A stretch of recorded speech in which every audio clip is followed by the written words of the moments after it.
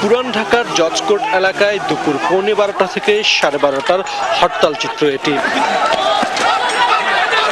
ঢাকার অন্যান্য স্থানে যেখানে মোটামুটি শান্তিপূর্ণ হরতালের খবর, সেখানে পুরান ঢাকার ধোলাইখাল ও জজকোর্ট এলাকায় সকাল 10:30 থেকে পরবর্তী 2 ঘন্টা কেবল সংঘাত, সংঘর্ষ আর ধাওয়া পাল্টা ধাওয়ার ঘটনা।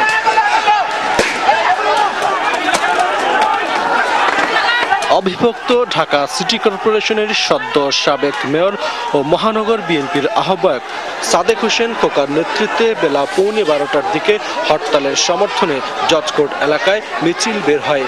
এরপর মিছিলটি জজকোর্টের উত্তর পাশের গেট দিয়ে রাস্তায় যেতে চাইলে পুলিশ বাধা দেয়। শুরু হয় ধাক্কাধাক্কি।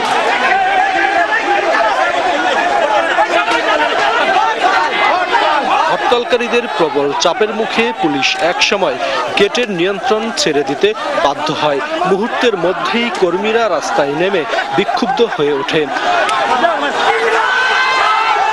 ধীরে ধীরে পরিস্থিতি নিয়ন্ত্রণের বাইরে চলে যেতে থাকে।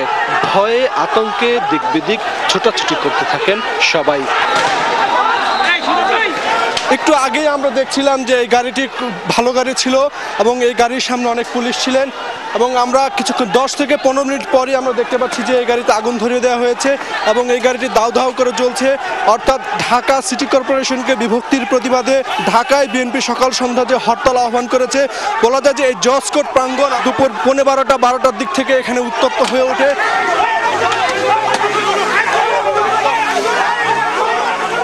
পুরো এলাকা পরিণত হয় রণক্ষেত্রে।